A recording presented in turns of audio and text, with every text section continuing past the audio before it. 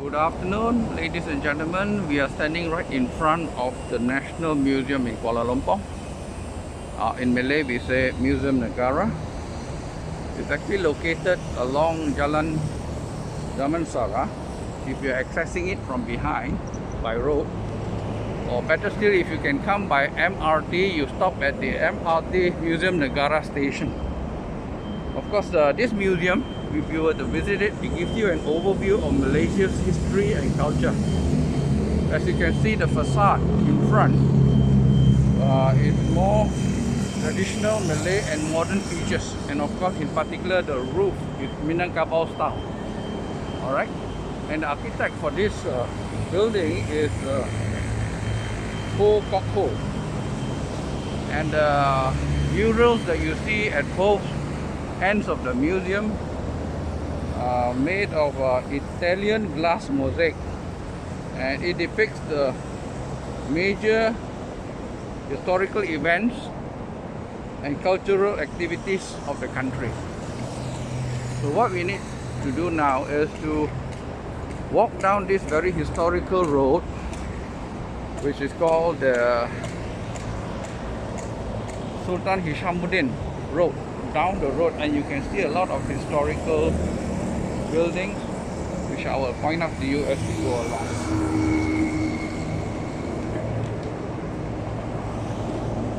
Of course, opposite the museum, you have the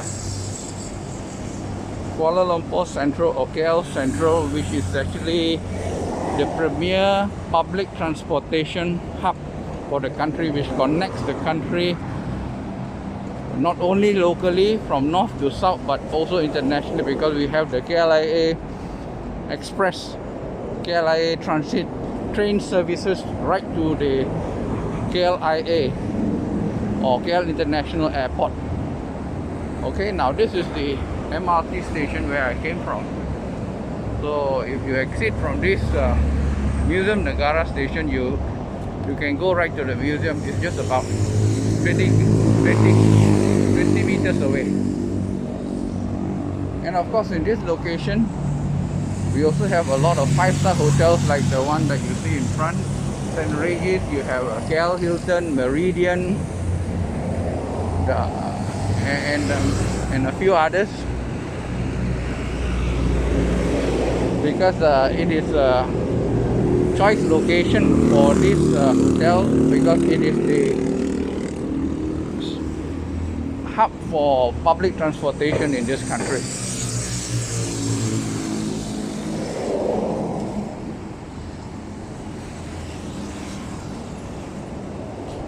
Okay, we'll walk down the road and see what we can find.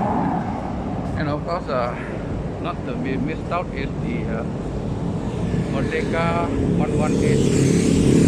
The building yet to be completed, which will be the tallest building in the country next year.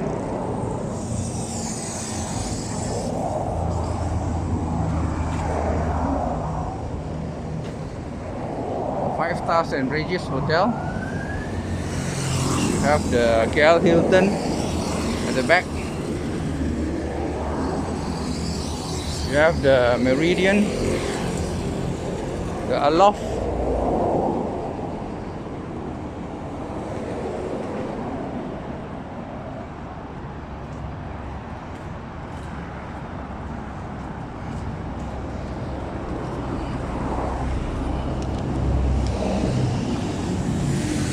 probably will take about 20 minutes to reach a very significant site, none other than our Independence Square, which is in Malay Dataran Merdeka, or a combination of Malay and English, Merdeka Square.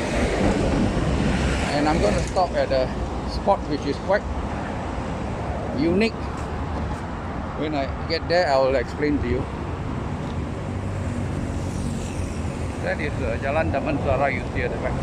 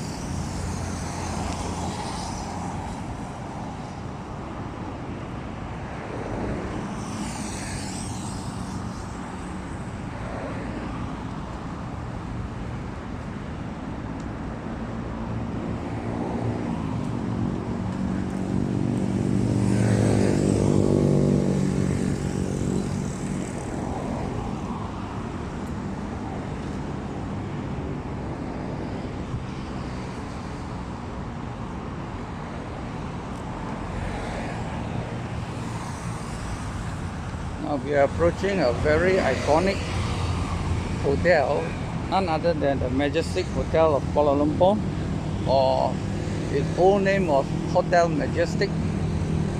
Alright, now it is actually part of the autograph collection of iconic historical hotel. As you can see here, part of the collection of the autograph collection hotel, which is a lure of distinctive past, where the past meets modern luxury. Alright, this hotel was actually used in the colonial days when the British were ruling the country, for government receptions and for glamorous events, and also as resident for prominent international visitors to the country. Alright, it was first built in 1932, before the Second World War. It was then the colonial Malaya's finest hotel, one of the finest hotels in Malaya at that time.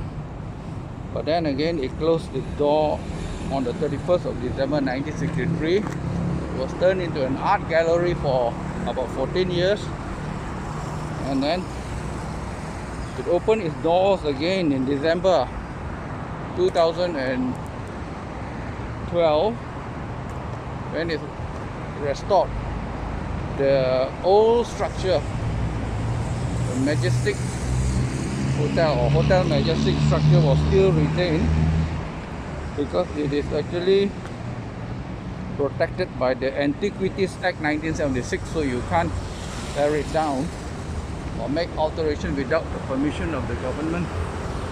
As you can see, if you are a person who likes antiquities, who like colonial structures, colonial ambience, this is the hotel you come to. And you can see even the guards are dressed in colonial style attire. The guard autograph collection hotel, you can see the sign there, Hotel Majestic.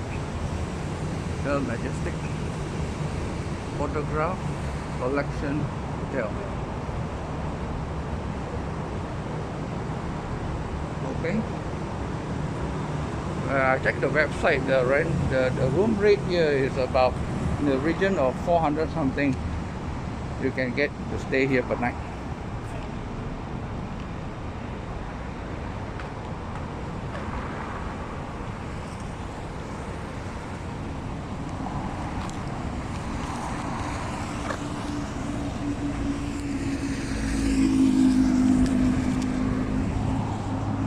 Now we have come to another very iconic building, none other than the Kuala Lumpur Railway Station, the old railway station. This railway station is a mixture of old Western and Eastern architecture, and it was first built. They started constructing this railway station to replace the whole railway station on the same site back then in 1910, and they finished construction in 1917.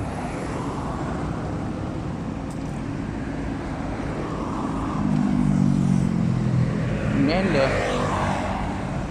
it was then the Federated Malay States Railway. Then it was changed to Kereta Api Tanah Melayu. Kereta Api in Malay means train, or in English we say Malayan Railways. Now of course this railway station is most of the functions of this railway station has been taken over by KL Central, about 1 kilometer up the road. Most of the functions, the train services, now make their stops over there since the year 2001, when KL Central was completed. Alright, but nevertheless, this is a heritage building, and you can see it is a very beautiful old colonial style structure.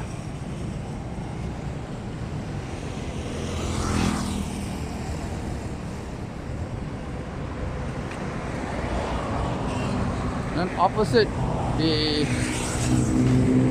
railway station, or the whole railway station for that matter, we have the railway administrative building. Railway administrative building. That's where they run the railway in the country. You can see it's also a very colonial structure. These are the iconic buildings in KL that are protected by the Heritage Act. So this one has to be protected because you don't get these beautiful old buildings anymore these days. So it is very important to protect and preserve them.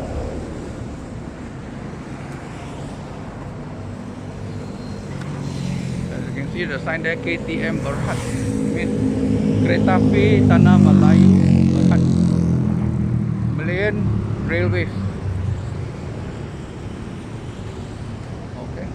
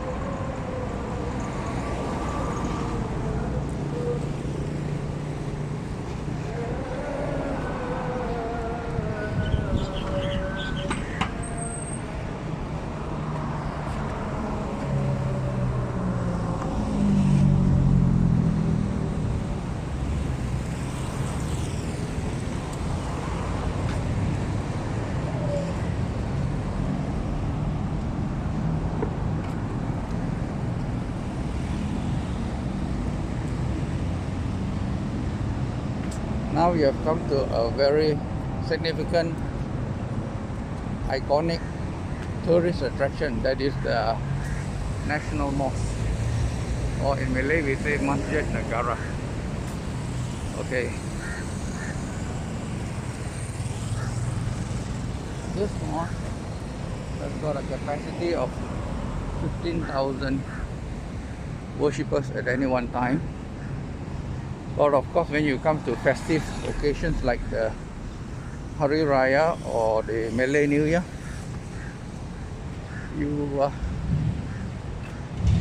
the capacity will be surpassed. It will overflow like many other mosques in this country.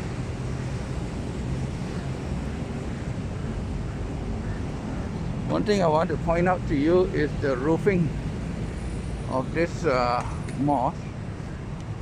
It was completed in 1965, and the roof, as you can see, is actually a 16-point star concrete roof resembling an open umbrella.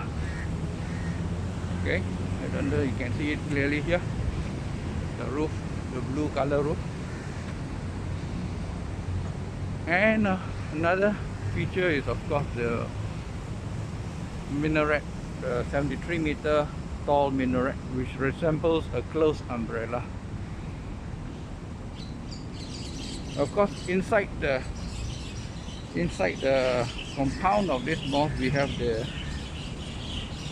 National Heroes Mausoleum, or in Malay we say Makam Pahlawan, where the prominent Muslim leaders of the country, like our former Prime Minister Tun Abdul Razak Hussein and Tun Hussein On, and our Deputy Prime Ministers of old, Tun Dr. Ismail and Tun Ghaffar Baba, they were all buried in this compound, this National Heroes Mausoleum. And normally on normal days, pre-COVID time, you will have a lot of tourists mingling, taking photographs in this area, but today of course the country is not open up yet, and you don't see people taking photographs here. Normally you pass by, you will see a lot of tourists. Okay.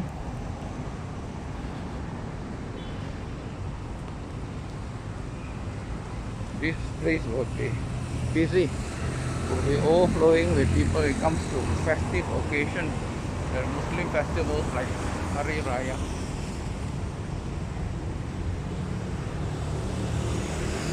Okay, let's walk further down. We probably will end our vlog in another iconic location, none other than the Independence Square or the Merdeka Square. It's about 1 kilometer from here. I'll stop at a spot which is significant. I've already covered the Merdeka Square in an earlier video. If you wish to know more about it, then you can go to the video before this.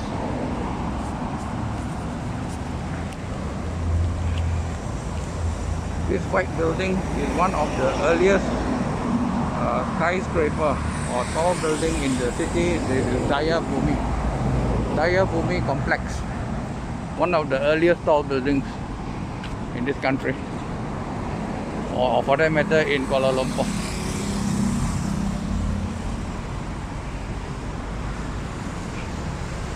Another view of the mosque.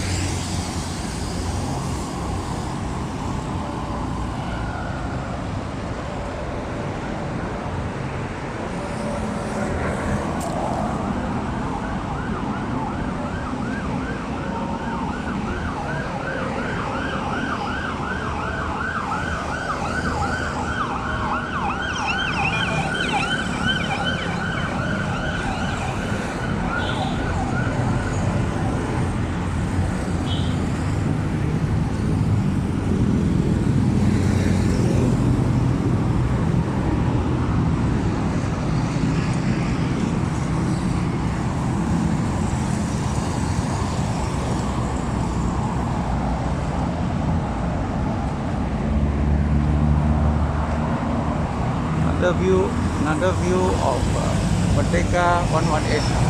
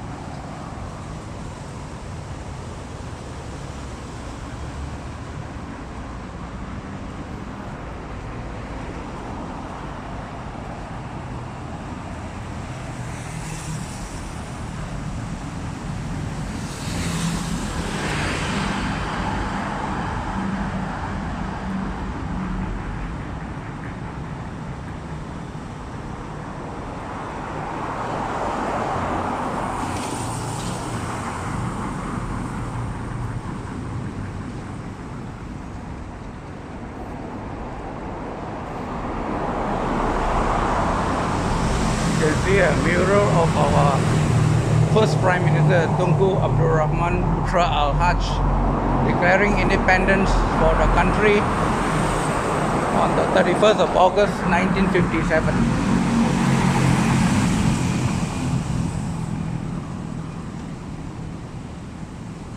Now we are approaching a very historical site,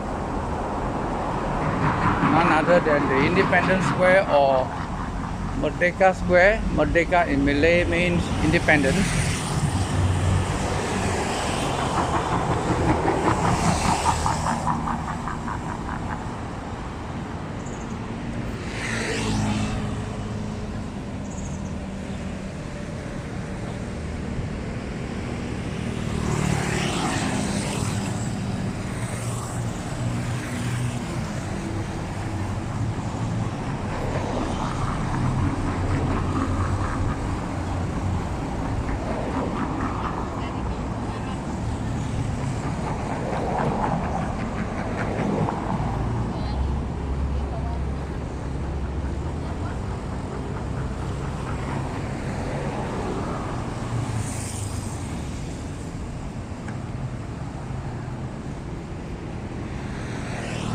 This is the National Textile Museum, or Museum Textile Negara in Malay.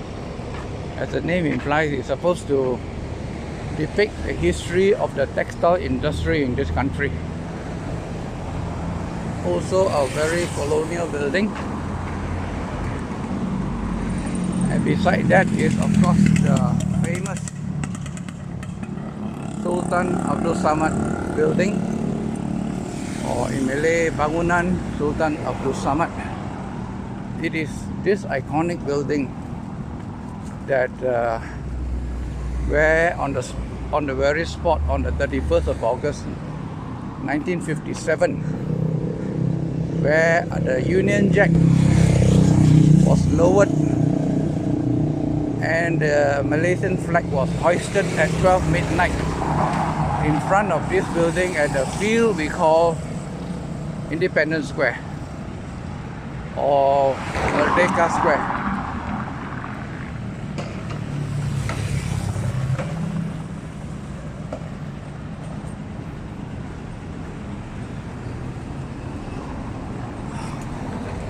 In my earlier video, I've already explained the features of this square, so I will not touch on that anymore, except to end our vlog at a very significant spot, which I will probably give you a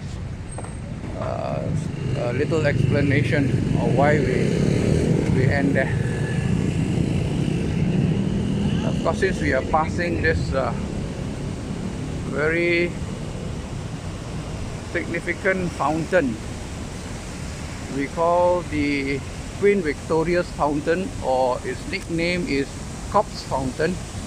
Why is it called Corpse Fountain? Because it's actually built. It was actually built or erected, for that matter, in 1898 in memory of a very famous police inspector at that time,